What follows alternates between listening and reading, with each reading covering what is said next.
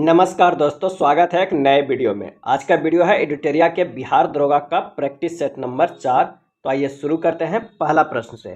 पहला प्रश्न है कि पब्लिक सेफ्टी बिल के विरोध में भगत सिंह एवं बटुकेश्वर दत्त ने कब सेंट्रल लेजिस्लेटिव असेंबली में बम फेंका था।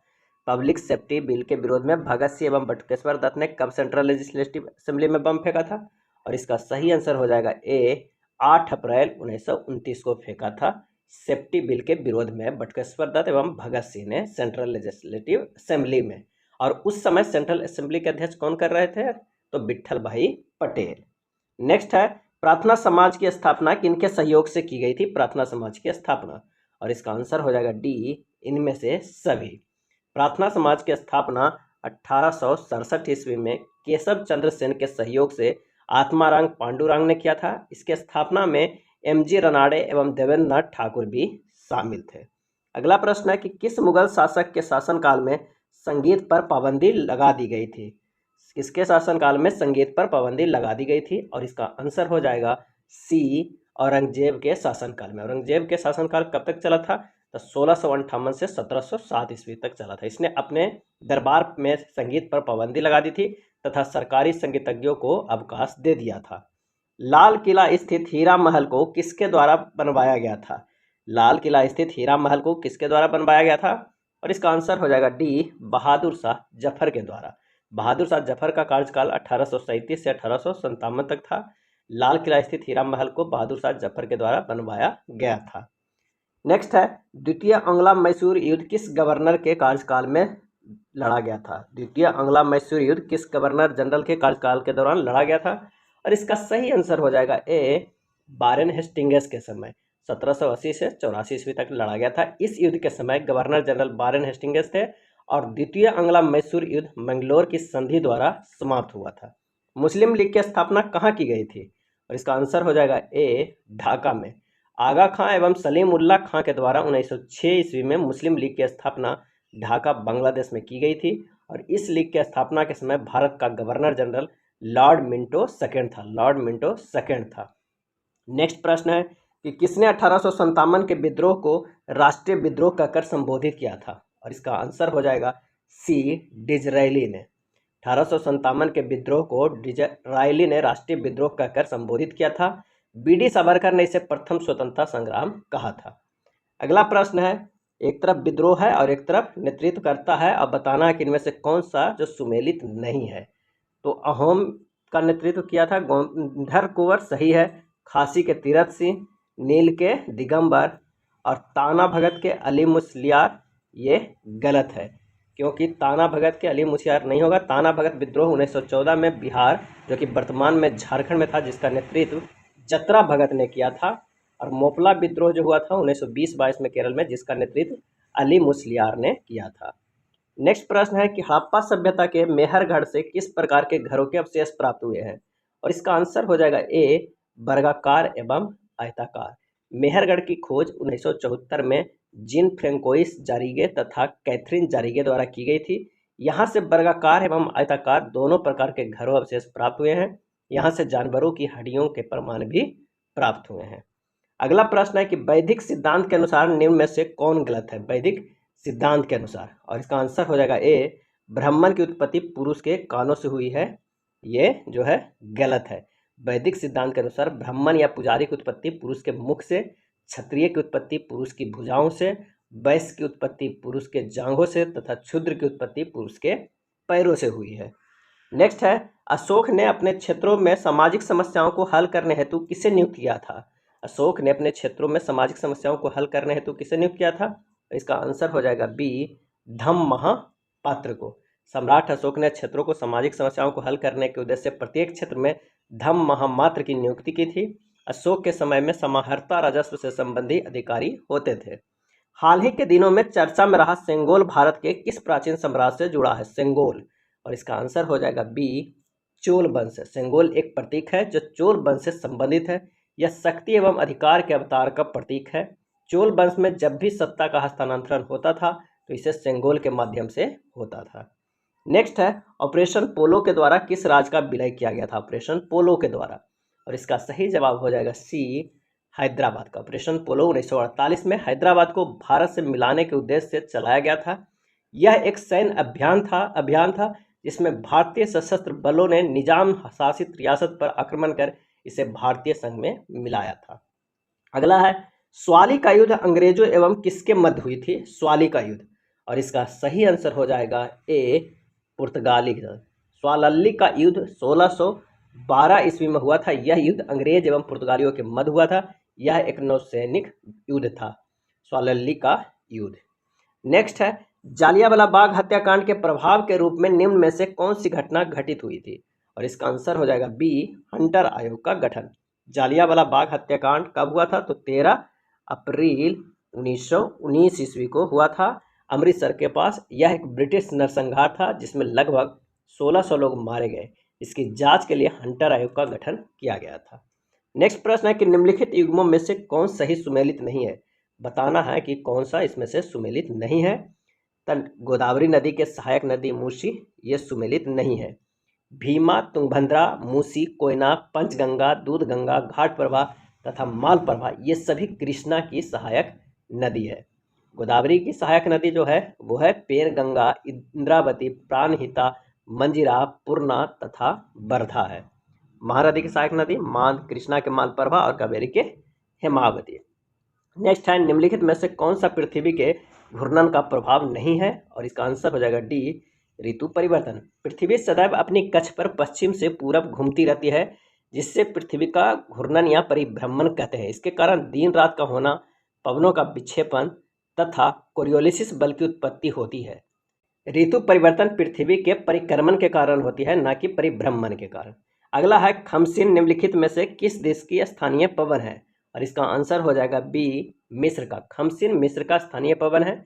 कुछ और प्रमुख स्थानीय पवन है, जैसे जोंडा अर्जेंटीना का है, और चिनकू अमेरिका के, और नार्वेस्टर न्यूजीलैंड के। अगले प्रश्न पे चलते हैं कि विश्व वन क्षेत्र में से किस एक का फैलाव की प्रतिशतता सर्वाधिक है? और इसका आंसर हो जाएगा ए, शीतोष्ण शंकुधारी वन का। वर्तमान में शीतोष्ण शंकुधारी वन के फैलाव की प्रतिशतता विश्व में सर्वाधिक है। यह वन मुख्यतः उच्च अक्षांशों पर पाए जाते हैं। कश्मीर घाटी किन दो पर्वत श्रेणियों के मध्य स्थित है? कश्मीर घाटी, और इसका सही आंसर हो जाएगा ए, बृहत हिमालय एवं पीर पंजाल। भारत के जम्मू कश्मीर में स्थित कश्मीर घाटी उत्तर पूर्व में बृहत हिमालय और दक्षिण पश्चिम में पीर पंजाल श्रेणी के बीच स्थित है कश्मीर घाटी। अगले प्रश्न पे चलते हैं कि निम्नलिखित पर्वतीय दर्रों का सही पश्चिम से पूर्व क्रम में पहचानिए। पश्चिम से पूर्व क्रम में, तो आइए देखते हैं। इसका हो जाएगा सबसे पहले सिपकीला, उसके बाद लिपुलेख, उसके बाद नाथुला, उसके बाद बोमडिला हो जाएगा। आंसर हो जाएगा सी, सिपकीला दर्रा हिमाचल प्रदेश में, नाथुला दर्रा सिक्किम में, बोमडिला दर्रा अरुणाचल प्रदेश में, और लिपुलेख दर्रा उत्तराखंड में स्थित है। तो सबसे पहले सिपकिला, फिर लिपुलेख, फिर नाथुला, फिर बोमडिला, जो कि अरुणाचल प्रदेश में सबसे लास्ट। 10 डिग्री चैनल निम्नलिखित में से किसे पृथक करता है? 10 डिग्री चैनल, और इसका आंसर हो जाएगा ए, अंडमान को निकोबार से। 10 डिग्री चैनल अंडमान द्वीप समूह, लघु अंडमान द्वीप को निकोबार द्वीप समूह, कार निकोबार द्वीप से अलग करता है। नेक्स्ट है निम्नलिखित में कौन सी जनजाति ऋतु प्रवास किया करते थे? कौन सी जनजाति ऋतु प्रवास किया करते थे? और इसका आंसर हो जाएगा ए, भूटिया। भूटिया जनजाति जो सिक्किम के ऋतु प्रवास किया करते थे। इस समय जनजाति के लोग मुख्यतः ऊंचे पहाड़ों के पशुपालक होते थे। इन्हें लाचेनपस या लाचुंगस के रूप में जाना जाता है। आम्र वर्षा संबंधित है, और इसका सही आंसर हो जाएगा ए, आम की फसल के लिए। आम्र वर्षा कर्नाटक एवं केरल में होने वाली मानसून पूर्व वर्षा फुहार है, जो आम की फसल के लिए अत्यधिक लाभकारी होती है। और यह वर्षा बंगाल की खाड़ी से उत्पन्न तूफानों के फलस्वरूप अप्रैल माह में होती है। इस वर्षा के कारण आम की बौरें पेड़ से टूटकर नहीं गिरता है, अतः यह आम की फसल के लिए अच्छी होती है। अगला है भूमि की उर्वरता बढ़ाने के लिए निम्न में से कौन सी फसल उगाई जाती है? भूमि की उर्वरता बढ़ाने के लिए, और इसका आंसर हो जाएगा ए, उड़द का। इसमें से जितना फसल दिया है उसमें से है उड़द, जो भूमि की उर्वरता बढ़ाने के लिए उगाई जाती है। कभी कभी इसका हरी खाद के रूप में भी उपयोग किया जाता है। निम्नलिखित में से कौन सकल घरेलू उत्पाद में शामिल है? और इसका आंसर हो जाएगा बी, अंतिम वस्तु की बिक्री। अंतिम वस्तु की बिक्री सकल घरेलू उत्पाद में शामिल है। जीडीपी अंतिम वस्तु एवं सेवाओं के मौद्रिक मूल्य को मापता है। नेक्स्ट है ऋतु स्वयं अपनी मांग उत्पन्न करती है। ऋतु स्वयं अपनी मांग उत्पन्न करती है, नियम संबंधित है। और इसका सही आंसर हो जाएगा ए, जेबीसी का बाजार नियम से। पूर्ति स्वयं अपनी मांग उत्पन्न करती है, यह जेबीसी के बाजार नियम से संबंधित है। यह नियम वस्तु विनिमय और मुद्रा विनिमय दोनों पर लागू होते हैं। अगला है खुसरो समिति का संबंध किससे है? आंसर हो जाएगा ए, कृषि साख से है। खुसरो समिति का संबंध कृषि साख से है। कुछ प्रमुख समितियां हैं जैसे मल्होत्रा समिति बीमा सुधार से, भंडारी समिति ग्रामीण बैंक की संरचना से, महाजन समिति चीनी उद्योग से, सत्यम समिति वस्त्र उद्योग से, अगोई पौरिया समिति बैंक सेवा सुधार से संबंधित है। नेक्स्ट प्रश्न है, भारतीय रिजर्व बैंक में साख नियंत्रण के तरीकों में कौन शामिल है? आंसर हो जाएगा डी, इनमें से सभी। बैंक नीति दर, नैतिक प्रभाव की नीति, खुले बाजार की क्रिया और वे तरलता संबंधी क्रिया चयनात्मक साख नियंत्रण नीति द्वारा। नेक्स्ट है, गरीबी रेखा के निर्धारण से संबंधित लकड़वारा समिति अपनी रिपोर्ट कब प्रकाशित की थी? और इसका सही आंसर हो जाएगा बी, 1993 में। योजना आयोग द्वारा गरीबी के मापन हेतु 1989 में डी लकड़वाला की अध्यक्षता में एक समिति का गठन किया गया। इस समिति ने 1993 में अपनी रिपोर्ट प्रस्तुत की थी। नेक्स्ट है, अधिकार परीक्षा उच्च न्यायालय के किस क्षेत्राधिकार के अंतर्गत आता है? और इसका सही आंसर हो जाएगा डी, इनमें से कोई नहीं। प्रारंभिक क्षेत्राधिकार, अपीलीय, प्रशासकीय, इनमें से कोई नहीं। अधिकार परीक्षा उच्च न्यायालय के रीट क्षेत्राधिकार के अंतर्गत आता है। बंदी प्रत्यक्षीकरण, परमादेश आदि भी इसी क्षेत्राधिकार के अंतर्गत आते हैं। नेक्स्ट प्रश्न है, उपराष्ट्रपति के निर्वाचन के संबंध में कौन सा कथन सही नहीं है? और इसका आंसर हो जाएगा बी, उपराष्ट्रपति को मतदान का अधिकार प्राप्त है। संविधान में उपराष्ट्रपति से संबंधित प्रावधान अमेरिका के संविधान से लिया गया है। उपराष्ट्रपति राज्यसभा का सदस्य नहीं होता है, इसलिए उसे मतदान का अधिकार प्राप्त नहीं है, परंतु सभापति के रूप में निर्णायक मत देने का अधिकार है। अगला प्रश्न है कि राज्य के नीति निर्देशक सिद्धांत के अंतर्गत धन का समान वितरण किस अनुच्छेद में वर्णित है? आंसर हो जाएगा सी, अनुच्छेद 39 ख में वर्णित है। भारतीय नागरिकता अधिनियम 1955 के अनुसार भारतीय नागरिकता को कितने तरीकों से प्राप्त किया जा सकता है? और इसका आंसर हो जाएगा सी, 5 तरीकों से प्राप्त किया जा सकता है। जन्म से, वंश परंपरा से, देशीयकरण द्वारा, पंजीकरण द्वारा और भूमि विस्तार द्वारा। अगला है, संघ एवं राज्य के बीच शक्ति विभाजन की अवधारणा किस देश के संविधान से लिया गया है? और इसका आंसर हो जाएगा ए, कनाडा से। कनाडा के संविधान से निम्नलिखित प्रावधानों को भारतीय संविधान में शामिल किया गया है। कौन कौन? तो संचित व्यवस्था, अवशिष्ट शक्तियां, राज्यपाल की नियुक्ति प्रक्रिया और सर्वोच्च न्यायालय का परामर्शी न्याय निर्णय। नेक्स्ट है, श्रमिक संघ एवं फौजदारी किस सूची का विषय है? और इसका आंसर हो जाएगा ए, समवर्ती सूची का विषय है। समवर्ती सूची के अंतर्गत मूल संविधान में 47 विषय थे और अभी वर्तमान में 52 विषय है। इस सूची में विषयों पर कानून बनाने का अधिकार केंद्र तथा राज्य दोनों सरकारों की है। विवाह, तलाक, वन आदि इसी सूची के विषय है। प्रश्न, किस अनुच्छेद के तहत भारत के महान्यायवादी को वोट देने का अधिकार नहीं है? और इसका सही आंसर हो जाएगा सी, अनुच्छेद 88। महान्यायवादी भारत सरकार का सर्वोच्च विधि अधिकारी होती है। यह किसी भी सदन का सदस्य न होते हुए वह सदन की कार्यवाही में भाग ले सकता है, परंतु वह मत का प्रयोग अनुच्छेद 88 के अनुसार नहीं कर सकता है। नेक्स्ट है, लोकसभा अध्यक्ष को शपथ निम्नलिखित में से कौन दिलाता है?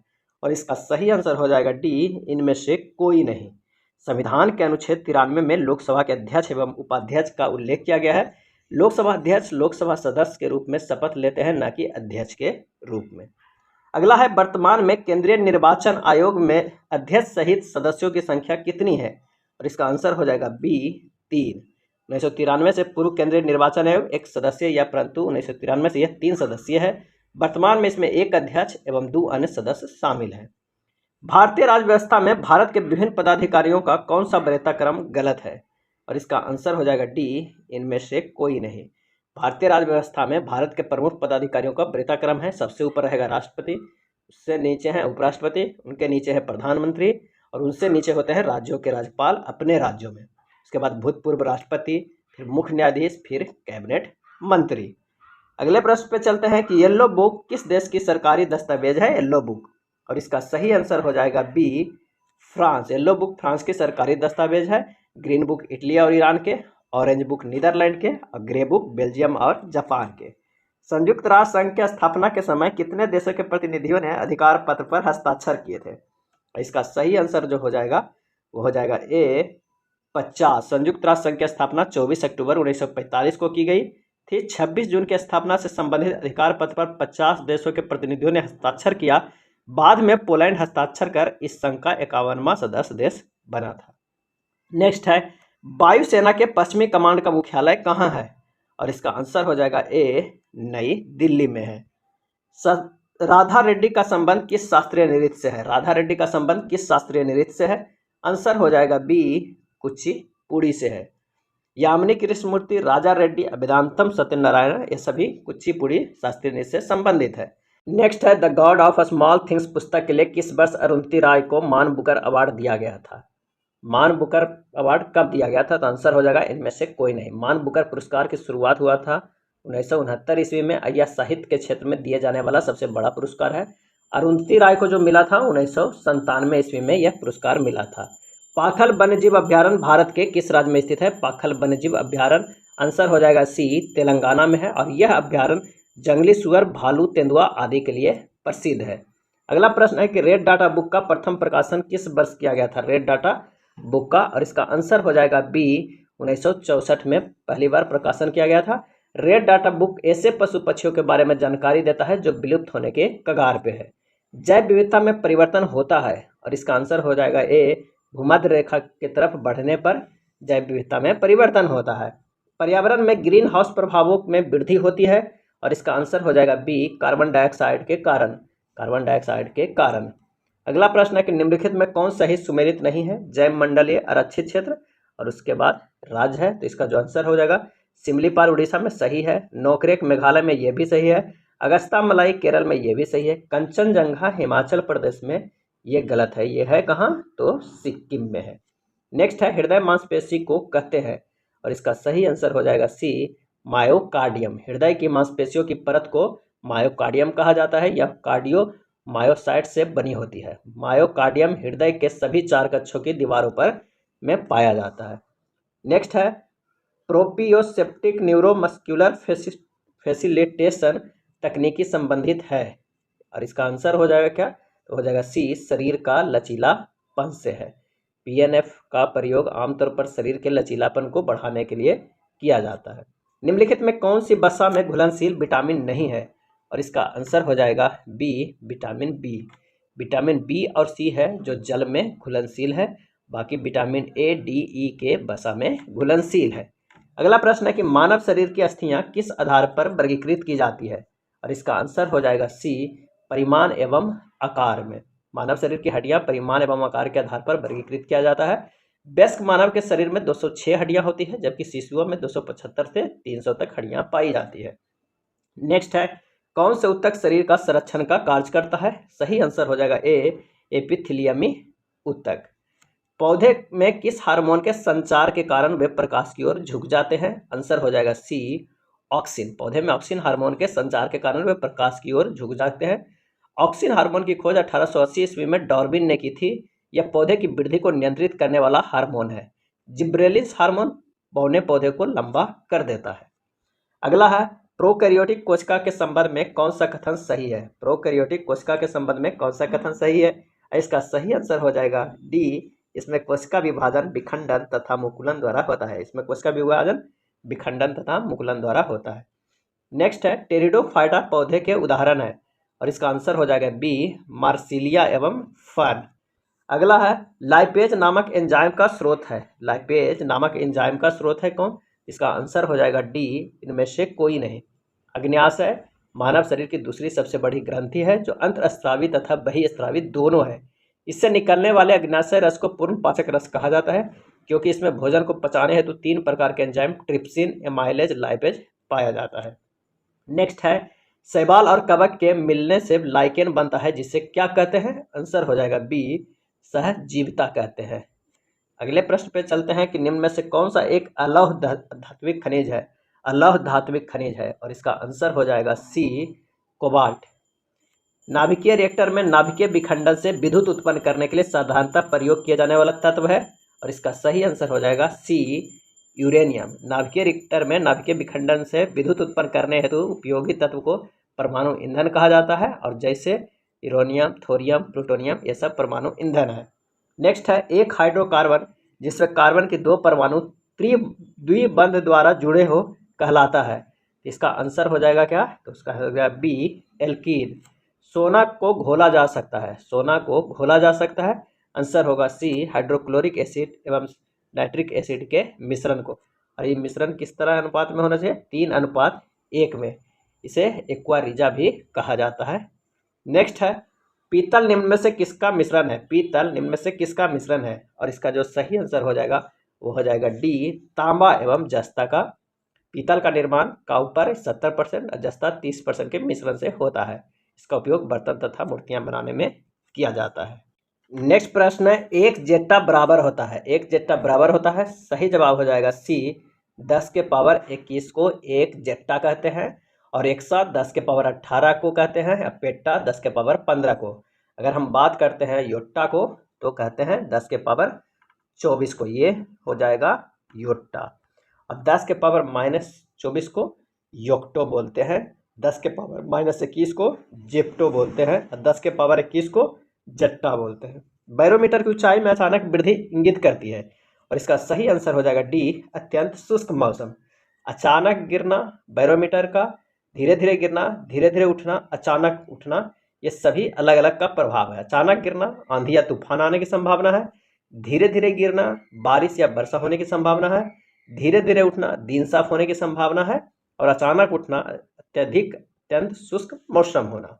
नेक्स्ट प्रश्न पे चलते हैं कि निकट दृष्टि दोष किसके प्रयोग से उपचारित किया जा सकता है, निकट दृष्टि दोष, और इसका सही आंसर हो जाएगा बी अवतल लेंस लगाकर।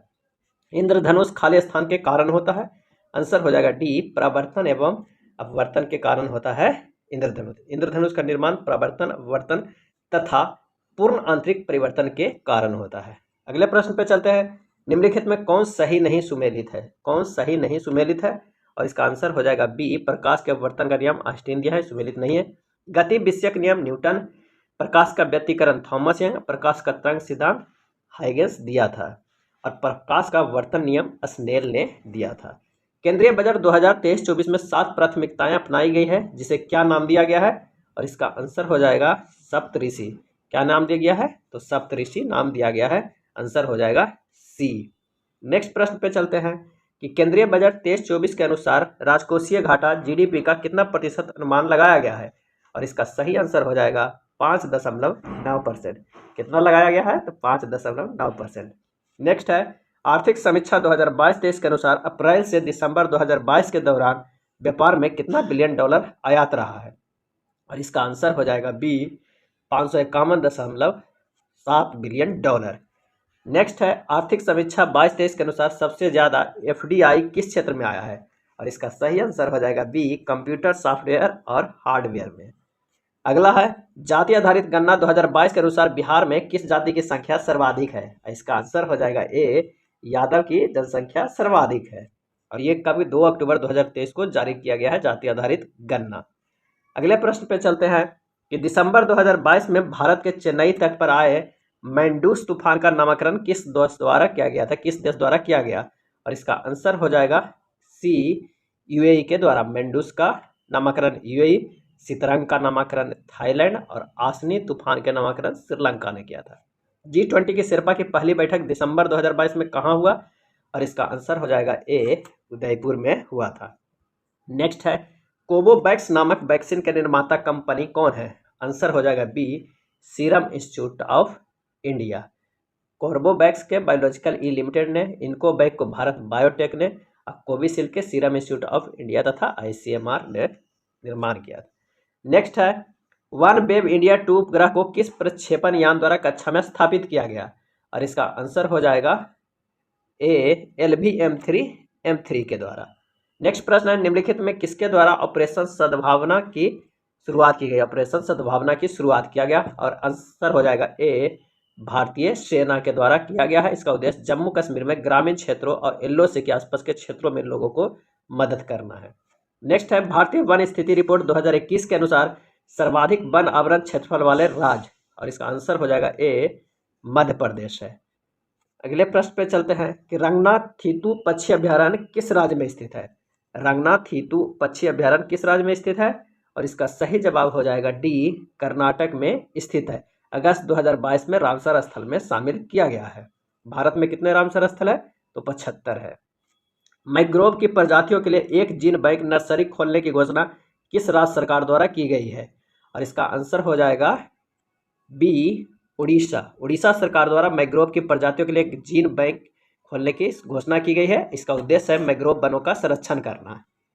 नेक्स्ट देखते हैं, अनुसंधान प्रौद्योगिकी और नवाचार सहयोग पर एक समझौता ज्ञापन पर हस्ताक्षर भारत ने किस देश के साथ किया है?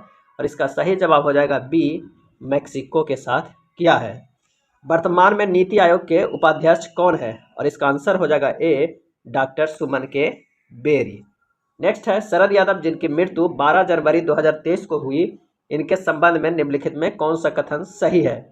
सही जवाब हो जाएगा डी, इनमें से सभी। शरद यादव का संबंध उपयुक्त में से सभी कथन है। वे 7 बार लोकसभा के सदस्य रहे, बिहार मधेपुरा से 4 बार, मध्य प्रदेश जबलपुर से 2 बार और उत्तर प्रदेश बदायूं से 1 बार। वे 3 बार राज्यसभा के सदस्य भी रहे। वे जनता दल यूनाइटेड के पहले राष्ट्रीय अध्यक्ष भी थे। ग्लोबल फायर पावर इंडेक्स 2023 में भारत का स्थान कितना है? इसका सही आंसर हो जाएगा ए, चौथे स्थान पे है। हाल ही में किस राज्य से संबंधित गमछा को जीआई टैग दिया गया है? और इसका आंसर हो जाएगा डी, असम का। दिसंबर 2022 में असम राज्य के गमछा को जीआई टैग दिया गया है। तेंदूर लाल चने को तेलंगाना के लिए और मिथिला मखाना के बिहार के लिए दिया गया है। फोर्ब्स द्वारा दुनिया की 100 सबसे शक्तिशाली महिलाओं की सूची में कितने भारतीयों को शामिल किया गया है? और इसका आंसर हो जाएगा सी, 6 भारतीय महिलाओं को शामिल किया गया है। कौन कौन? निर्मला सीतारमन को, रोशनी नादार मल्होत्रा, माधवीपुरी बुच, शोभा मंडल, किरण मजूमदार शाह और फॉल्गी नायर को शामिल किया गया। और पहले स्थान पे उर्सुला वॉन डेर लेयन जो यूरोपियन यूनियन के अध्यक्ष है, उनको रखा गया है। नेक्स्ट है, वर्ष 2023 में कुल कितने लोगों को पद्म विभूषण पुरस्कार से सम्मानित किया गया? और इसका आंसर हो जाएगा बी, 6 लोगों को दिया गया था पद्म विभूषण। पद्म भूषण 9 लोगों को और पद्मश्री जो दिया गया था वो 91 लोगों को दिया गया था। टोटल 106 लोगों को दिया गया था यह पुरस्कार। नेक्स्ट है, 64वें रमन मैग्सेसे पुरस्कार से निम्नलिखित में किसे सम्मानित किया गया है? और इसका आंसर हो जाएगा डी, उपयुक्त में से सभी। सोथियारा चिम, तदासी हटोरी और बर्नाडेट जे मैड्रिड, इन तीनों को दिया गया है। अगला है, मुख्यमंत्री आवासीय भूमि अधिकार योजना का संबंध किस राज्य से है? मुख्यमंत्री आवासीय भूमि अधिकार योजना का संबंध किस राज्य से है? और इसका आंसर हो जाएगा ए, मध्य प्रदेश से है। परीक्षा संगम पोर्टल निम्नलिखित में किसके द्वारा जारी किया गया है? परीक्षा संगम पोर्टल। और इसका आंसर हो जाएगा सी, सीबीएसई के द्वारा। नेक्स्ट प्रश्न, the poverty of political economy पुस्तक के लेखक कौन है? और इसका आंसर हो जाएगा बी, मेघनाथ देसाई। सलमान रुश्दी का पुस्तक है विक्ट्री सिटी। सज्जन सिंह यादव का पुस्तक है India vaccine growth story from cowpox to vaccine मंत्री तक। और बिमल जलान का पुस्तक है the from dependence to self reliance. Bharat सरकार द्वारा पहला ठोस अपशिष्ट से हाइड्रोजन संयंत्र कहाँ स्थापित किया गया? आंसर हो जाएगा ए, पुणे में किया गया है। वह छोटी से छोटी संख्या ज्ञात करें जिसमें से 8 घटाने पर शेष बची संख्या 16, 18, 20, 24 में से प्रत्येक में पूर्णतः विभक्त हो जाएगा। तो 16, 18, 20, 24 के लसा करके और 8 जोड़ देना है। तो लसा आएगा 720 प्लस 8 जोड़ेंगे तो 728 आ जाएगा। तो आंसर हो जाएगा पी। अगला प्रश्न है कि 2 उम्मीदवारों के बीच एक चुनाव में एक उम्मीदवार की कुल वैध मतों 55% मत मिले। यदि कुल मत 15,200 हो तो तथा 15% मत अवैध घोषित कर दिए गए हों तो दूसरे उम्मीदवार को कितने वैध मत मिले हों? तो अवैध मत पहले निकाल लेना है। 15,200 गुना 15/100 करके 15% तो हो जाएगा 2280। तो वैध मत जो हो जाएगा 15,200 से 2280, 12,920। एक उम्मीदवार को मिला वैध निकाल लीजिएगा, 7106 होगा। दूसरे को मिलेगा 5814। तो इसका जो आंसर हो जाएगा वो हो जाएगा डी। नेक्स्ट है, दिए गए विकल्पों में से उस संख्या का चयन करें जो प्रश्नवाचक चिन्ह के स्थान पाएगा। 4, 11, 30, 67, 128 के बाद क्या होगा? तो 4 लिखा गया है। 1 के क्यूब प्लस 3 बराबर 4, 3 के क्यूब प्लस 3 बराबर 30 लिखा गया है और 2 के क्यूब प्लस 3 बराबर 11 के, मतलब एक एक अक्षर बढ़ रहा है। 1, 2, 3 ये सब के क्यूब में है, प्लस 3 ऐड किया गया है। तो लास्ट में क्या होगा? 6ठा नंबर पे है तो 6 के क्यूब प्लस 3 बराबर 219 हो जाएगा। अगले प्रश्न पे चलते हैं कि उस संख्या का चयन करें जो प्रश्नवाचक चिन्ह के स्थान पर आएगा। तो ये किस तरह बना हुआ है? तो 30 प्लस 56/2 बराबर कितना हो जाएगा? 86/2 कितना होगा? 43 और 43 - 1 किया गया है। यानी इन दोनों के जोड़ के 2 से भागा देना है और जितना आएगा उसमें से 1 घटा देना, तब 42 आएगा। ठीक, अगर हम 20 और 12 और 16 को करते हैं कितना हो जाएगा, 16 12 28 हो जाएगा। 28/2 कितना हो जाएगा, 14। 14 में से 1 घटाएंगे 13, तो ये 13 आ रहा है। तो इसी तरह 20 + 42/2 करेंगे और -1 करेंगे तो क्या हो जाएगा, पहले इसे सोल्व कर लेना, उसके बाद माइनस करना है। 40 2 60 62, यानी 62 में से हो जाएगा 31। 31/2 -1 बराबर कितना हो जाएगा, 30। तो इसका जो आंसर हो जाएगा बी। नेक्स्ट प्रश्न है, एक समबाहुज का प्रत्येक बाह्य कोण 40 डिग्री है, इस बहुभुज की भुजाओं की संख्या कितनी होगी। तो प्रत्येक बाह्य कोण 40 डिग्री के है, सभी बाह्य कोण का योग कितना होता है, 360 डिग्री। तो भुजाओं की संख्या 360/40 = 9। आंसर हो जाएगा सी। ये था एडिटोरिया बिहार दरोगा प्रीलिम्स के प्रैक्टिस सेट नंबर 4। अगर वीडियो अच्छा लगा हो तो प्लीज़ लाइक एंड शेयर कर दीजिएगा। धन्यवाद।